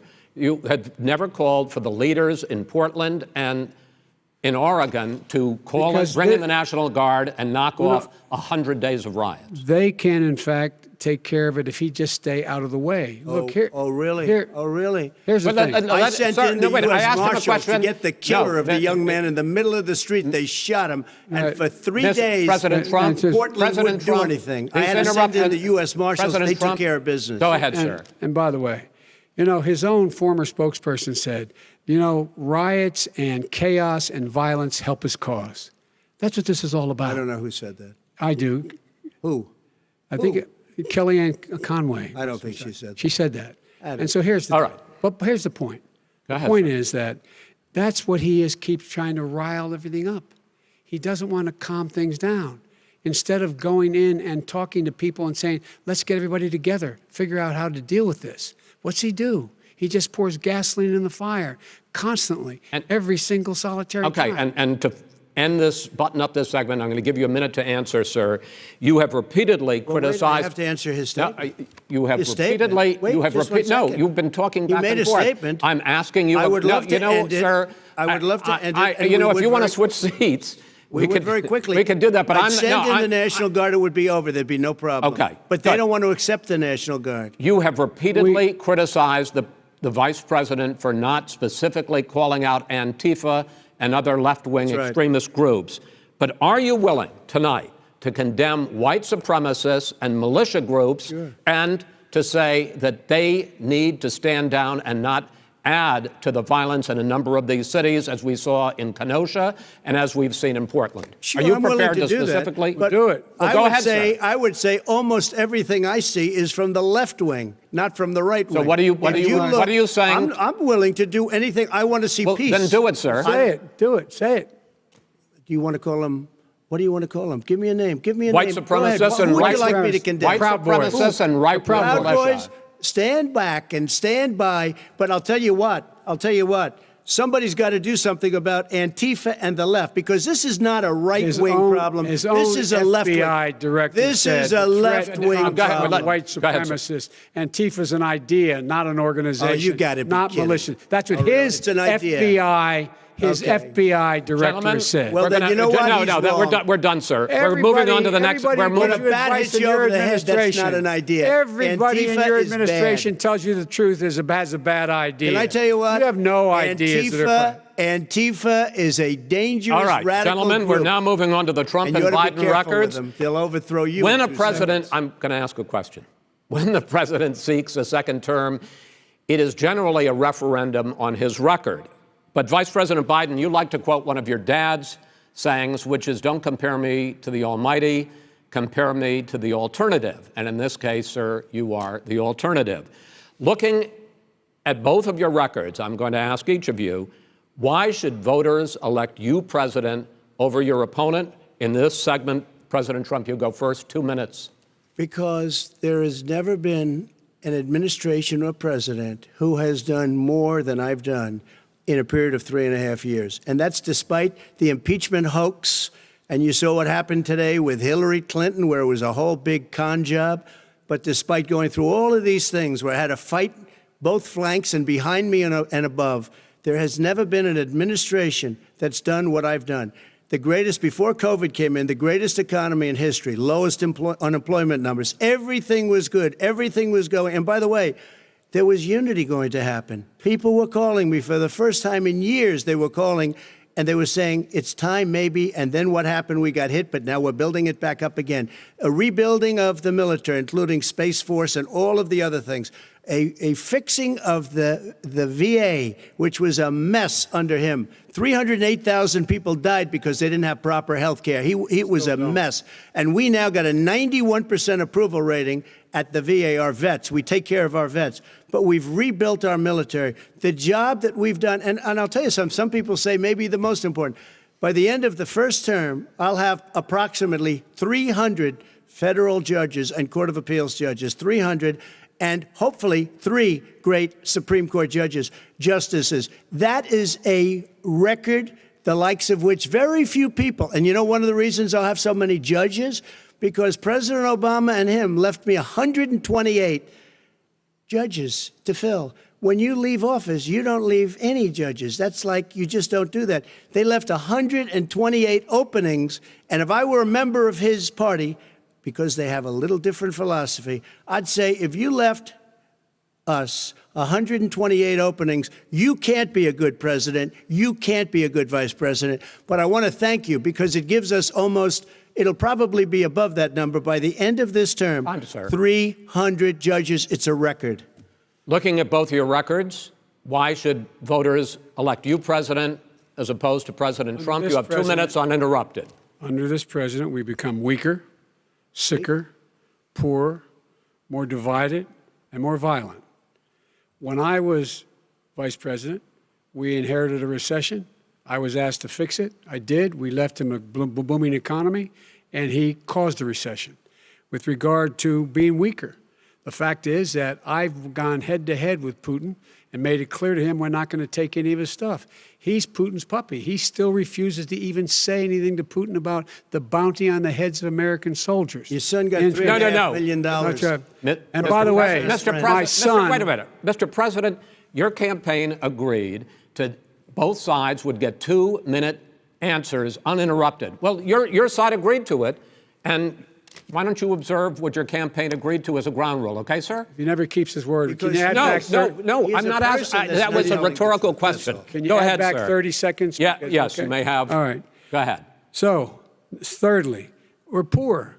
The billionaires have gotten much more wealthy by a tune of over $300 to $400 billion more just since COVID. You in the home, you got less. You're in more trouble than you were before. In terms of being more violent, when we were in office, there were 15% less violence in America than there is today. He's president of the United States. It's on his watch. And with regard to more divided, the nation can't stay divided. We can't be this way. And speaking of my son, the way you talk about the military, the way you talk about them being losers and being and just being suckers. My son was in Iraq. He spent a year there. He got the Bronze Star. He got the Conspicuous Service Medal. He was not a loser. He was a patriot, and the people left behind there were heroes. Really? And I resent. Are you talking like about hell. Hunter? Are you talking about Hunter? I'm talking about my son, Beau Biden. You're talking about. I don't know Beau. I know Hunter. Yeah, Hunter you know got Beau. Hunter got thrown out of the military. He was thrown out, dishonorably discharged. That's not true. He For wasn't dishonorably cocaine use. And he didn't have a job until you became vice president. And once you None became of that vice is president, true. he made a fortune in Ukraine, in China, in Moscow, That is simply and various not other places. true. He My made son, a fortune. My son, and he didn't have a job. My son, like a lot of people we know at home, had a drug problem. He's overtaken it. He's fixed it. He's worked on it, and I'm proud of him. But why was he proud of given my tens son. of millions All of right. dollars? But he wasn't given All right. tens of millions of He was dollars. given That tens is of totally, millions of that's dollars. been totally President Trump, discredited. you've already been through. Totally discredited. We've already been through this. I think the American people would rather hear about more substantial So do I. subjects. Well, you know, as the moderator, sir, I'm going to make a I know, but when judgment call somebody here. gets $3.5 million Okay, great. from the Let's talk mayor about- of Moscow, let's talk That is about- not I think true. it's a terrible That thing. report is totally Why did he get discredited. it? I Mitt think, Romney on that committee said it wasn't worth taxpayers' money, that report. It was written for political reasons. you know, I'd like to talk about climate change. So would I. Okay. The forest fires in the West are raging now. They have burned millions of acres. They have displaced hundreds of thousands of people. When state officials there blame the fires on climate change, Mr. President, you said, I don't think the science knows. Over your 4 years, you have pulled the U.S. out of the Paris Climate Accord. You have rolled back a number of Obama environmental records. What do you believe about the science of climate change? And what will you do in the next 4 years to confront it? I want crystal clean water and air. I want beautiful, clean air. We have now the lowest carbon. If you look at our numbers right now, we are doing phenomenally. But I haven't destroyed our businesses. Our businesses aren't put out of commission. If you look at the Paris Accord, it was a disaster from our standpoint. And people are actually very happy about what's going on because our businesses are doing well. As far as the fires are concerned, you need forest management in addition to everything else. the forest floors are loaded up with trees, dead trees that are years old, and they're like tinder, and leaves and everything else. You drop a cigarette in there, the whole forest burns down. You've got to have forest management. You've got to have cuts. What do you believe about the science of climate change, sir? I believe that we have to do everything we can to have immaculate air, immaculate water, and do whatever else we can that's good. You know, we're planting 1 billion trees, the Billion Tree Project, and it's very exciting You believe for a lot of people. that human pollution, greenhouse gas emissions contributes to the global warming of this I think planet? a lot of things do, but I think to an extent, yes. I think to an extent, yes. But I also think we have to do better management of our forests. Every year, I get the call, California's burning. California's burning. If that was cleaned, if you had forest management, good forest management, you wouldn't be getting those calls. You know, in Europe, they have forest cities. They're called forest cities. They maintain their forests. They manage their forests. I was with the head of a major country. It's a forest city. He said, sir, we have trees that are far more, they ignite much easier than California.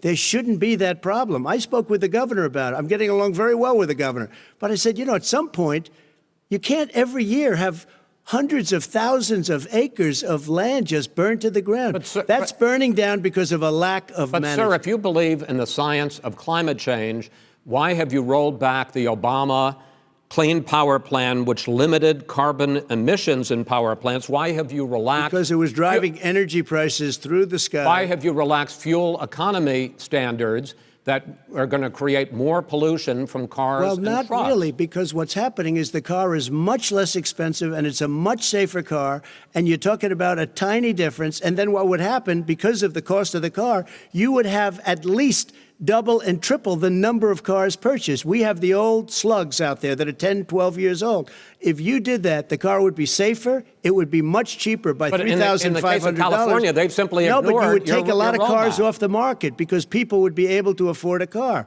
Now, and by the way, we're going to see how that turns out. But a lot of people agree with me, many people. The car has gotten so expensive because they have computers all over the place for an extra little bit of gasoline. And, and I'm okay with electric cars, too. I think I'm all for electric cars. I've given big incentives for electric cars. But what they've done in California is just crazy. Vice President Biden, I'd like you to respond to the president's climate change record, but I also want to ask you about a concern. You proposed $2 trillion in green jobs. You talk about new limits, not abolishing, but new limits on fracking, ending the use of fossil fuels to generate electricity by 2035, and zero net emission of greenhouse gases by 2050. The president says a lot of these things would tank the economy and cost millions of jobs. He's absolutely wrong, number one. Number two, if in fact, during our administration, the Recovery Act, I was in charge, able to bring down the cost of renewable energy to cheaper than or as cheap as coal and gas and oil. Nobody's going to build another coal-fired plant in America. No one's going to build another oil-fired plant in America. They're going to move to renewable energy, number one. Number two, we're going to make sure that we are able to take the federal fleet and turn it into a fleet that's run on their electric vehicles. Making sure that we can do that, we're going to put 500,000 charging stations in all of the highways that we're going to be building in the future. We're going to build an economy that, in fact, is going to provide for the ability us to take 4 million buildings and make sure that they, in fact, are weatherized in a way that, in fact, they'll emit significantly less gas and oil because the heat will not be going out. There's so many things that we can do now to create thousands and thousands of jobs. We can get to net zero in terms of energy production by 2035. Not only not costing people jobs, creating millions of good paying jobs, not $15 an hour, but prevailing wage, by having a new infrastructure that, in fact, is green. And the first thing I will do, I will rejoin the Paris Accord. I will join the Paris Accord because with us out of it, look what's happening. It's all falling apart. And talk about someone who has no relationship with foreign policy. Brazil, the rainforests of Brazil are being torn down, are being ripped down. More carbon is absorbed in that rainforest than every bit of carbon that's emitted in the United States. Instead of doing something about that, I would be gathering up and making sure we had the countries of the world coming up with $20 billion and say, here's $20 billion. Stop tearing down the forest. And if you don't, then you're going to have significant economic consequences. What about the argument that President Trump basically says that you have to balance environmental interests and economic interests, and he's drawn his line? Well, he hadn't drawn a line. He still, for example, makes sure that he wants to make sure that methane's not a problem. You can now emit more methane without it being a problem. Methane. This is a guy who says that you don't have to have mileage standards for automobiles that exist now. This is a guy who says that, well, the fact that it's all true. And here's the deal. He's talking about the Green New Deal, and it's not $2 billion or $20 billion, as you said. It's $100 trillion. I'm talking about where they want to rip down buildings and rebuild the building. No, it's the dumbest, most ridiculous. Where airplanes are out of business, where two-car systems are out, where they want to take out the cows too. That's not true either, right? This is a $100 trillion. Look, that's more money than our country could make in 100 years if we're going to the case. All right, let me destroy our because I country. actually, wait a minute, sir. I actually have studied your plan, and it includes upgrading 4 million buildings, weatherizing 2 million homes over 4 years, building 1.5 million energy-efficient homes. So the question becomes, the president is saying, I think some people who support the president would say that sounds like it's going to cost a lot of money and hurt the economy. What it's going to do is going to create thousands and millions of jobs, good-paying jobs. Let him finish, sir.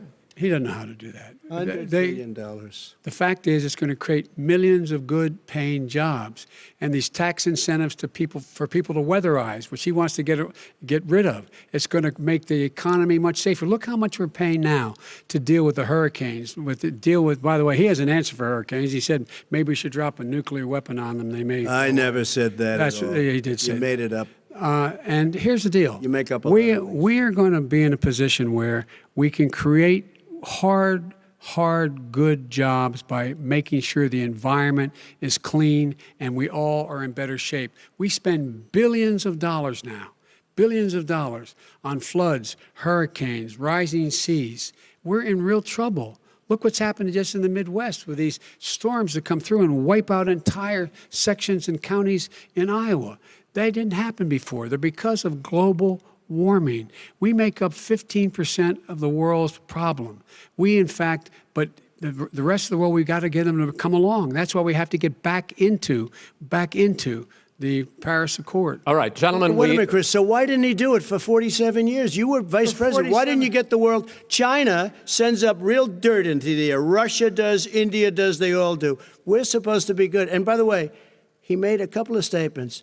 The Green New Deal is $100 trillion, that is not $20 my billion. plan. That's the Green New you want to Deal rebuild every is building. Not my plan. You want to rebuild every. If he knew anything about, if he knew anything he made a statement Gentlemen, about the military. He said I said something about the military. He and his friends made it up, and then they went with it. I never said it. Okay. That is what not he true. did Sir, is he you're done in said this segment. he called the military Mr. Vice President, stupid bastards. I and he did said not it on say tape. that. He said Mr. stupid Please, bastards. He sir, said it. stop. I would never I say would that. Play to the Stop. military. Play it. Go ahead. You're Mr. on Vice tape. President answered his final question. The final question is, I can't remember which of all his rantings. I'm having a little trouble myself, but and about the economy and about this question of what it's going to cost. The economy. I mean, the Green New Deal and the idea of what your environmental changes will do. The Green New Deal will pay for itself as we move forward. We're not going to build plants that, in fact, are great polluting plants. So do you We're going to support build the Green New Deal? Pardon me? Do you support No, I don't support the Green New Deal. You don't? Oh, well, that's a You big let- statement. I that support means you the just Biden- lost the radical left. I Oh, support you the don't? Biden plan that I put forward. Okay.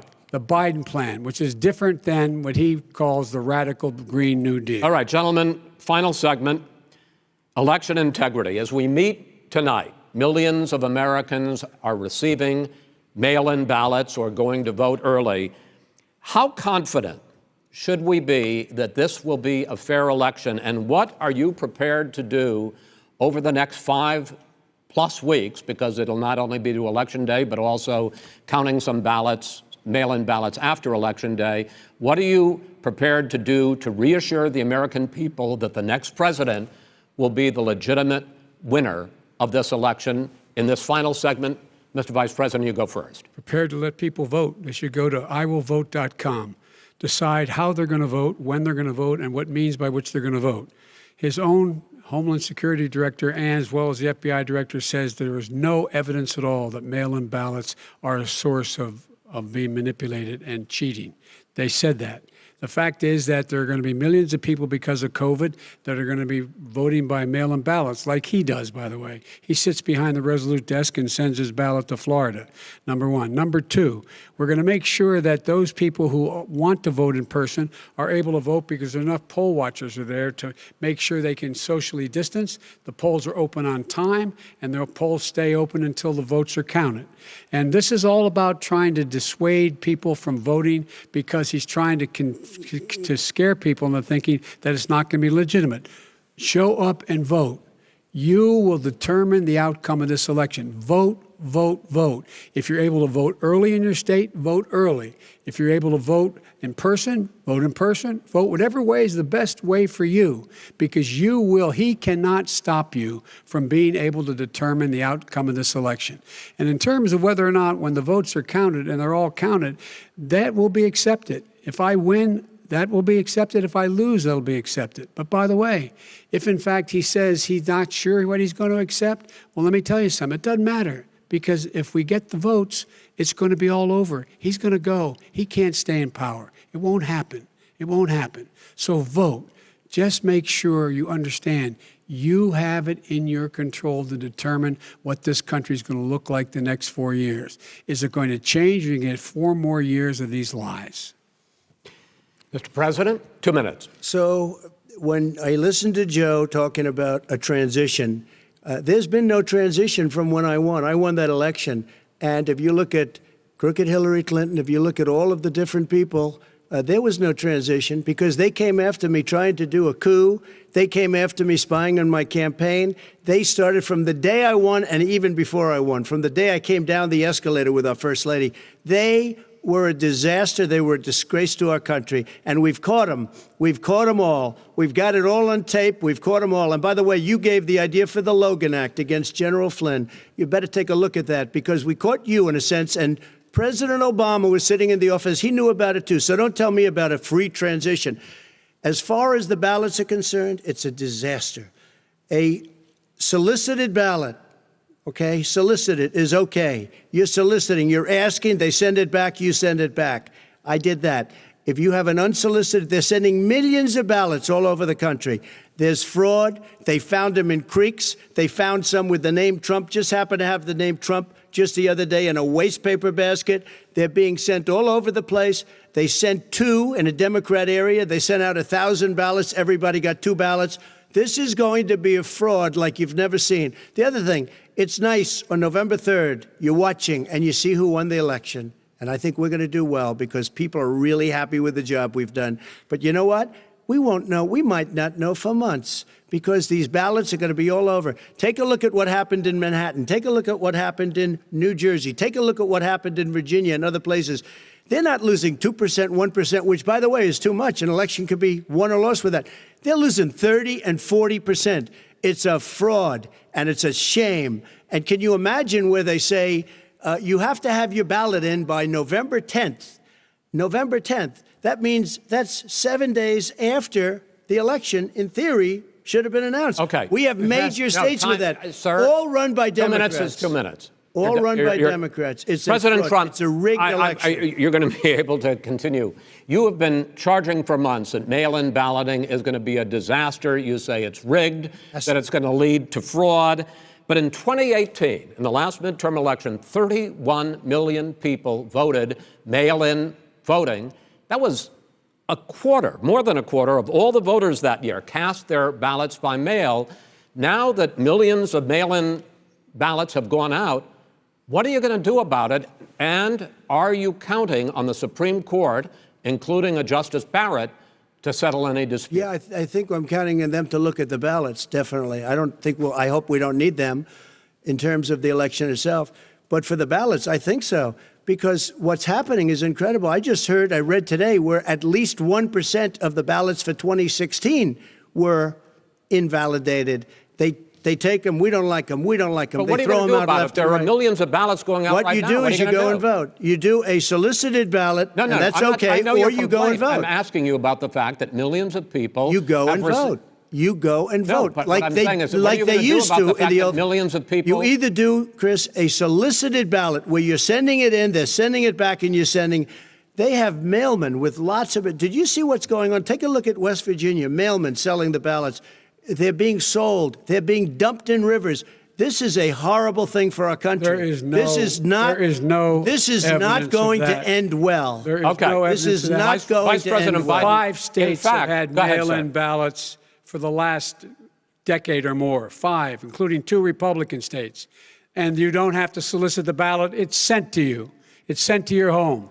What they're saying is that it has to be a postmark by the time, by Election Day. If it doesn't get in till the 7th, 8th, 9th, it still should be counted. He's just afraid of counting the votes because he knows You're of the wrong. outcome. You're wrong. I want to votes. continue with you on I this, love counting Vice the President votes. Biden. Because Chris, he's so wrong when he makes a in fact, statement no, like that. excuse me, Vice President Biden, the biggest problem, in fact, over the years with mail-in voting has not been fraud historically. It has been that sizable numbers, sometimes hundreds of thousands of ballots are thrown out because they have not been properly filled out, or there is some other irregularity, or they missed the deadline. So the question I have is, are you concerned that the Supreme Court with a Justice Barrett will settle any dispute? I'm concerned that any court would settle this because here's the deal. When you get a ballot and you fill it out, you're supposed to have an affidavit. If you didn't know, you have someone say that this is me. You should be able to, if in fact you can verify that's you before the ballot is thrown out, that's sufficient to be able to count the ballot because someone made a mistake and not dotting the correct I. Who they voted for, testify, say who they voted for, say it's you, that is totally legitimate.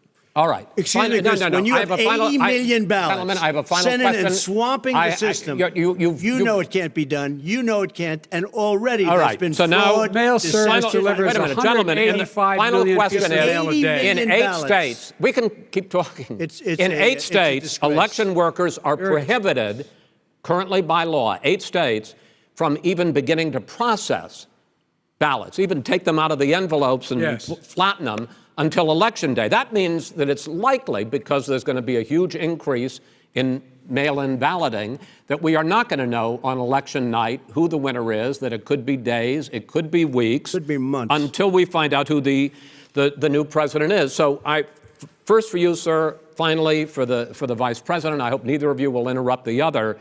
Will you urge your supporters to stay calm during this extended period, not to engage in any civil unrest? And will you pledge tonight that you will not declare victory until the election has been independently certified? President Trump, you go first. I'm urging my supporters to go into the polls and watch very carefully, because that's what has to happen. I am urging them to do it. As you know, today there was a big problem. In Philadelphia, they went in to watch. They're called poll watchers, a very safe, very nice thing. They were thrown out. They weren't allowed to watch. You know why? Because bad things happen in Philadelphia, bad things. And I am urging my people. I hope it's going to be a fair election. If it's a fair You're election, urging them what? I am 100% on board. But if I see tens of thousands of ballots being manipulated, I can't go along with that. And I'll tell you what does that from mean, a not go common along? sense, Does that mean you're I'll tell gonna you tell what your it means. people to take to the It means you street? have a fraudulent election. You're And what are sending you out gonna do? 80 And million what would you ballots. do about that? They're not equipped to. These people aren't equipped to handle it. Number one. Number two, Okay. they cheat. They cheat. Hey, they found ballots in a waste paper basket 3 days ago, and they all had the name All right. military ballots. They were military. They all had the name Trump on them. Vice President You think Biden, that's good? Vice President Biden, final question for you. Will you urge your supporters to stay calm while the vote is counted, and will you pledge not to declare victory until the election is independently certified? Yes, and here's the deal. We count the ballots, as you pointed out. some of these ballots in some states can't even be opened until Election Day. And if there's thousands of ballots, it's going to take time to do it. And by the way, our military, they've been voting by ballots since the end of the Civil War, in effect. And that's what's going to happen. Why is it for them somehow not fraudulent? It's the same process. It's honest. No one has established at all that there is fraud related to mail-in ballots, that somehow it's a fraudulent process. It's already been established. Take a look at Carolyn Maloney's race I in asked Manhattan. you had an opportunity to respond. Look at Carolyn Maloney. Go ahead. They have no idea what Vice President Biden, go ahead. He has no idea what he's talking about. Here's the deal. The fact is, I will accept it, and he will too. You know why? Because once the winner is declared, after all the ballots are counted, all the votes are counted, that'll be the end of it. That'll be the end of it. And if it's me, in fact, fine. If it's not me, I'll support the outcome. And I'll be a president not just for the Democrats. I'll be a president for Democrats and Republicans. And this guy, I want to see an honest ballot count. Gentlemen, you say that's the end of it? This is the end of this debate? Honest ballot count. We're going to leave it there. To be continued as in more debates as we go on. President Trump, Vice President Biden, it's been an interesting hour and a half. I want to thank you both for participating in the first of 3 debates that you have agreed to engage in. We want to thank Case Western Reserve University and the Cleveland Clinic for hosting this event. The next debate, sponsored by the Commission on Presidential Debates, will be 1 week from tomorrow, October 7th, at the University of Utah in Salt Lake City. The 2 vice presidential nominees, Vice President Mike Pence and Senator Kamala Harris, will debate at 9 p.m. Eastern that night. We hope you watch. Until then, thank you and good night.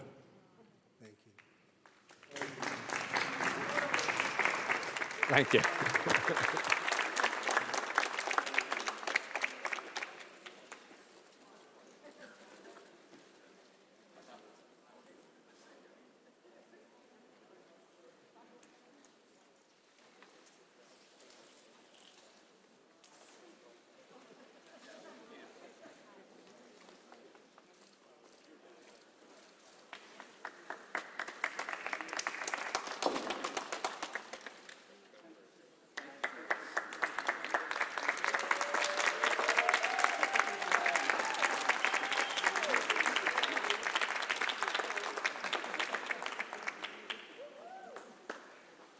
Trump, the greatest president of all time. We love you, Trump!